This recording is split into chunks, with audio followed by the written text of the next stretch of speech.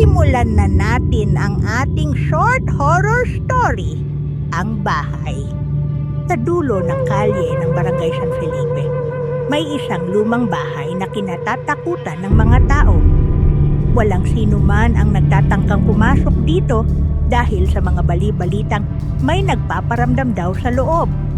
Isang gabi, ang magkakaibigang sina Mark, Liza at Anton ay nagpasya na silipin ang bahay.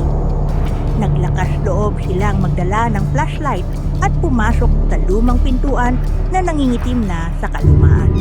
Pagkapasok nila, ramdam agad ang lamig ng hangin. Ang sahig ay kahoy na lumalangit-ngit sa bawat hakbang nila. Walang nakakatakot dito, sabi ni Mark. Pilit pinapalakas ang loob nila. Ngunit biglang may narinig silang boses. Umalis kayo. Isang mahinang bulong mula sa taas ng hagdan. Napatigil sila. Nanlalamig ang buong katawan. Narinig niyo yon? Tanong ni Lisa na nanginginig ang boses. Tumango si Anton, ngunit bago sila makatakbo, biglang sumara ang pinto ng malakas sa likod nila. Ang ilaw mula sa flashlight ay biglang kumurap-kurap. At sa isang saglit, nakita nila ang anino ng isang babae sa itaas ng hagdan. Nakatitig ito sa kanila. Mahaba ang buhok na tumatakip sa mukha. Tumakbo sila papalabas. Ngunit tila ang bahay ay hindi na sila papayagang makalabas. Ang mga bintana at pinto ay tila nawawala sa harapan nila.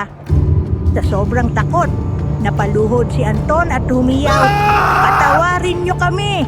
Wala kaming masamang intensyon!" Biglang tumahimik ang paligid. Nang muling bumalik ang liwanag sa flashlight ni Mark, nasa labas na sila ng bahay. Humihingal sila at nanginginig sa takot. Paglingon nila, ang bahay ay wala na.